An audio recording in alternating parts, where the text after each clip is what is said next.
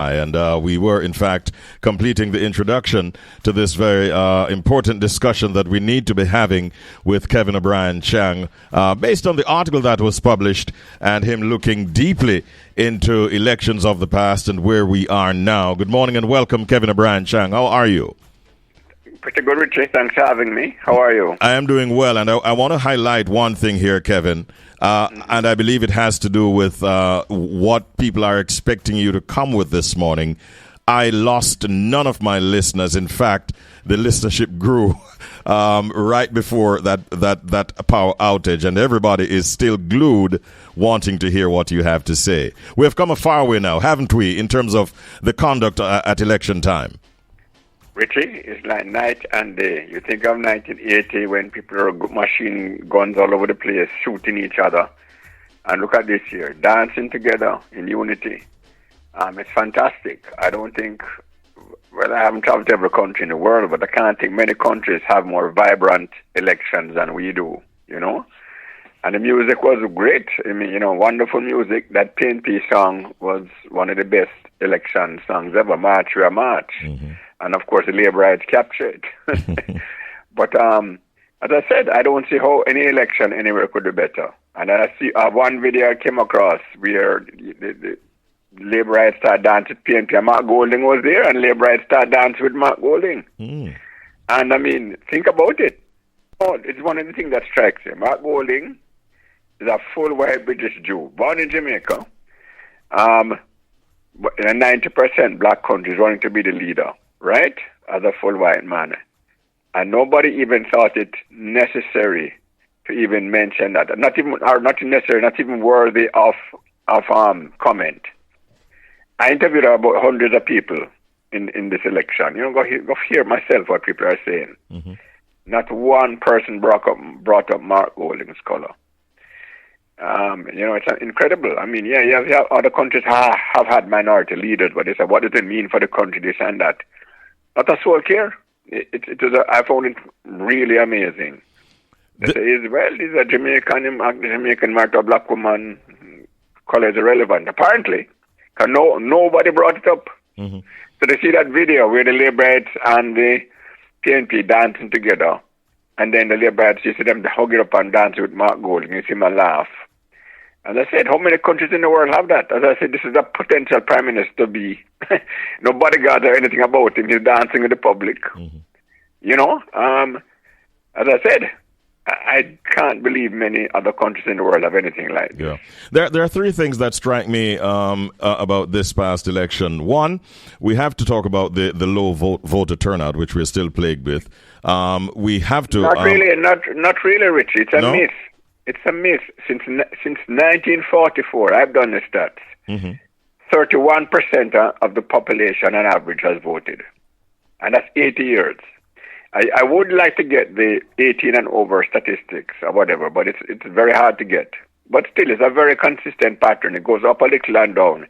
It hit 24% in 1967, I think. It went as low as 24%, and it went as high as 40% in 1980. But it's never been high. The Jamaicans, apparently, a lot of them don't vote, and it has never changed.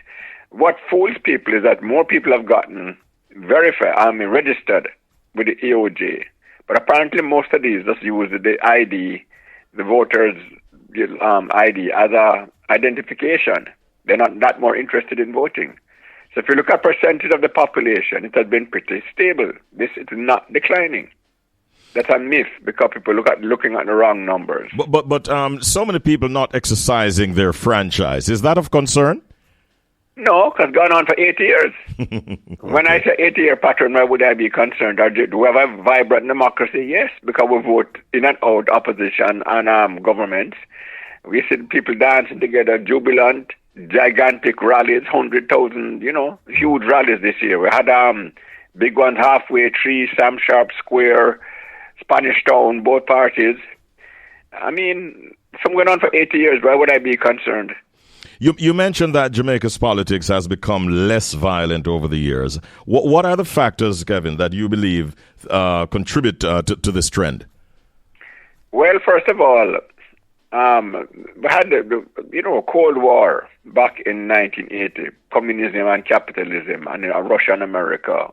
It was a bigger picture. Cuba was in it. So those tensions are gone. We don't know here much about communism anymore, or even socialism, and capitalism. It's one, everybody's on their phones nowadays, right? So it's kind of ended that debate. But leadership, this is my take on Jamaican history. People could disagree. From 44 to 62, we had Norman Manley and Alexander Bustamante, two truly great men. They're politicians, they competed, but they drew lines in the sand. We don't go past here. We're not going to make our supporters, they had violence problems even from the start. You had the people, pushing each other off the street, stones and all that. But the leaders never egged it on. They reined them in. About 1967, Bustamante got old. Norman Manley got old, died a little after. We had new leaders come. Edward Seaga and Michael Manley. This is maybe controversial, but in my view, I don't think they had the same restraint as Bustamante and Norman Manley. And I believe if they didn't facilitate, they allowed the violence to keep going. They did not rein in the supporters who maybe got carried away. They did not rein in their, ministers and stuff. And I believe that's why the violence, up to 1976, I tell people, 1970, Jamaica and America had the same murder rate, In fact, in 1962, Jamaica had a lower murder rate than America. It went up to 10 times as much one time. Jamaicans are not naturally violent people. No matter what they say, the statistics don't support that. We had the same murder rate as Barbados up to 1970. Okay? The history, this thing about Jamaicans being naturally violent, history says that is not true. We became violent in the late 60s and the 70s. The biggest surge in murder in Jamaica was in 1965-66, when the murders went up like 70%. Okay? Mm-hmm. And again, that's when Bustamante and Norman Manley were getting old. Yeah, that is my theory. That was higher than the 80s. That will come again? That was higher than the 80s, you're saying? No, there's the increase. Oh, okay. No, okay. It kept going up gradually. From 1965 or so, the murder has gone up. Yeah. Right? I believe the leaders changed a bit.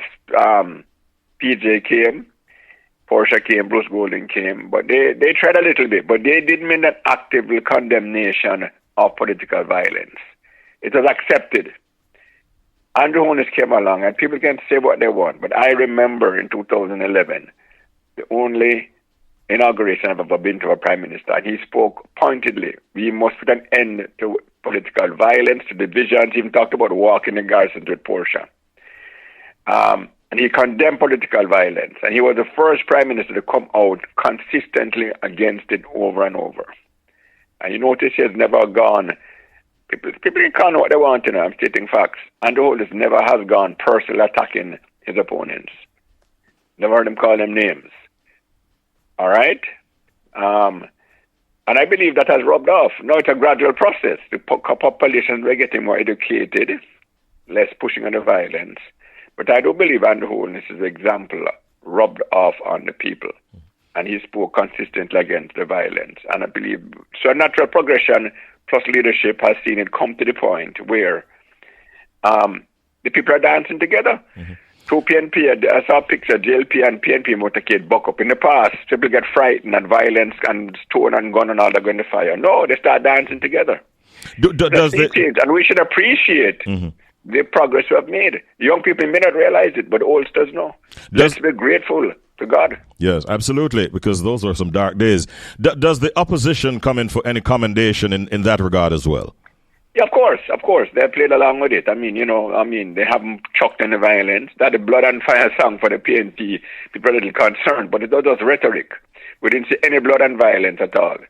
The one incident we have seen, sadly, and you see, once upon a time, it was the leaders trying to restrain the people on the ground, because the leaders were all his friends, and the people on the ground took it too seriously.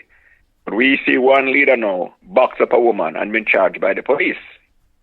And incredibly, no comment from our civil society. Incredibly. The police have charged the man. Whether he's found guilty or not, police have found enough evidence to charge him for boxing up the woman, breaking her glasses, whatever. And no comment from our civil society. They truly are a disgrace. So we see the people have shown the way. The people are dancing together, you know. So the reverse now, the politicians at the top have to accept that the people don't want any violence. They don't want any rhetoric. They want peace and love. Yeah. I want to take a look at what role social media might have played in shaping our electoral landscape, especially in this last election. That is true, Richie. We have a far more informed people because once upon a time you heard things. For example, in 1980, we heard a comment about 150,000 strong, can't be wrong, in Sam Sharp Square. Who has a clue how big that crowd really was? We've seen similar rallies, JLP and PNP, filling Sam Sharp Square, and they couldn't hold any more people then than now, right? And you see things close up. You see a more personal view of the politicians. You understand that they're all flesh and blood. They're no demons or angels. You know, so I think the up close of the personal media and people arguing JLP, PNP on social media with just words, and they realize, you know, hey, why we need to go no further than this? So I think social media has played a part by making everything more personable, more, you know, less, as I said, less monsters and demons out there from either side. They're just people, all the JLP and PNP are the same people. And I made the point that other countries have some, external divides for your race. You have like a race divide in America, class in England, language in Canada. Brazil, you have, the left and right. India, you have the religion. We don't have any of those in Jamaica. As I said, you take any PNP or JLP rally, the same demographic, basically. It's not a different, Trinidad has race to Indians and Africans. We don't have any of those big divides. And as I said, the color divide in Jamaica, for whatever reason, for good or bad, we see Mark Golding as a white man and nobody cares, leading a 90% black country. It's relevant to the masses. You made a new and bold suggestion about the date for elections and whether or not it should be made a public holiday. Expand on that point for me, Kevin, if you will. Well, Richie, I was talking to some people. These are reliable sources, and I say no more than that. They said a number of people were not given the time off to vote on election day, right? With the corporate entities, the BPOs especially, they said not all of them, but a lot of them. People didn't get a chance to vote as is their constitutional right, and there's no repercussions. I don't know what the government is going to do about that, because it's wrong. You're taking away people's constitutional rights. But if you had a public holiday, that issue wouldn't come up. People would have all the time they want to go and vote. And hopefully that will get some more people out. And we have other countries have the public holiday. Costa Rica, I think, Australia, Belgium, other countries. And they average a higher turnout. So why shouldn't Jamaica try it? A lot of people don't turn out to work any day. So it's not a high productive day. And it's once every 5 years. And I can imagine also the vitality. Let's say I can't remember the countries have such a vibrant democracy. Can you imagine an election holiday? I think they'd have dances from daybreak all through the day. Of course, you don't serve the liquor. Right now, you can't sell liquor till 5 o'clock. Right. But with Jamaican, you see the dancing and music. They'd have it all day, orange and green dancing together. And this might inspire some people to go out and vote. So, yeah, man, my life, the excitement, let me go out and vote. So I don't think how we could go wrong doing that. Okay. I don't say why not try it. It could improve things, can't make things worse. So why not give it a try, Mr. Andrew Holness and Mr. Mark Golding? Bring it to Parliament, and let's say we have election day holiday next time. All right, let's see if they'll take you up on that. Let's look now at the impact of the growing diaspora community in terms of our Jamaican politics in the coming years. How do you see it panning out? Well, it's great that Jamaicans are still Jamaicans and want to come down and vote. The diaspora voting, I don't agree with. Who feels it knows it, as Buddy Banton said. If you're not living in Jamaica, how do you know what the issues of Jamaica are? How do you know what really matters to the people? And I say they're not Jamaican, but then they're not feeling the reality of the Jamaicans who live here. So for them to come and vote, or have the postal voting, as in some countries do, I don't agree. But yes, let's encourage them to come down on a holiday. Would be more of them come down, and we should have the airline say, listen, have election special service now, cut the fare, so more Jamaicans from abroad can come and vote. That I support, because you're making the effort to come. You're actually coming to the country. You're talking to people to know what issues are. But this thing about online voting by the diaspora, I would be totally against that. But yes, the more Jamaicans come here to vote, to show you're still Jamaican, you have an interest in the country. I like that. And as I said, if it is a holiday, more would come, and you have specials by the airlines and all that. That can only be for the good, I believe. A quick one before you go, Kevin. Tomorrow is the the inaugural installation swearing in and all that of the Prime Minister. Are you expecting major changes and shake-ups in his new cabinet? No. The people elected what was successful. And listen, say what people want. And again, people have a tendency, to want to brand you this or that when you speak facts. Andrew Holness's record in his first 9.5 years is unprecedented by any Jamaican Prime Minister. Murders are down almost 50%, unemployment down 70%, poverty down 70%, the debt to GDP ratio down 50%, the NIR went up 100%. The minimum wage in real terms, purchasing power, went up 100%. These are unprecedented. No prime minister in Jamaica's history had these kinds of figures, and these are quantifiable. Also, corruption is up there. We were higher on the corruption index, which is the higher the better, on Transparency International. So there's no question he has had a stellar record. Now, what can he do going forward? What he has to do is improve education. That is our big weak spot, especially for the males, the young boys, and make the public sector more efficient. NWC, NWA, NHT, all these need to be more efficient. What Andrew Holness has not been able to do is get high growth rates. That 5% we were all looking for, we never came close, except after COVID, the rebound. So Andrew Holness's task now is has laid, like I said, he has rolled the cricket pitch good, right? It's now time for the batsmen, which is the business sector, to make some runs on this cricket pitch, which has been rolled well, and that can only come with improved education and more efficient public sector entities. That is his big challenge. And I posted something the other day. Can Andrew Holness become the Lee Kuan Yew of Jamaica? In terms of Lee Kuan Yew as a poster child for a leader who has turned his country around, changed the dynamics of the country permanently.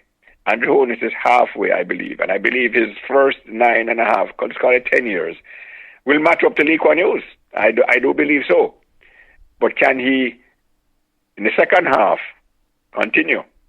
And step it up where we get that growth rate, which will improve the quality of the material standards of living. Time will tell. Hire more money in your pocket. So let us see if he can do that. That is his great task. A great start, Mr. Holness. Can you finish the job? Time will tell. Kevin O'Brien Chang, we're out of time. Thank you very much for your thoughts this morning. Have a wonderful day. Take care. All the best.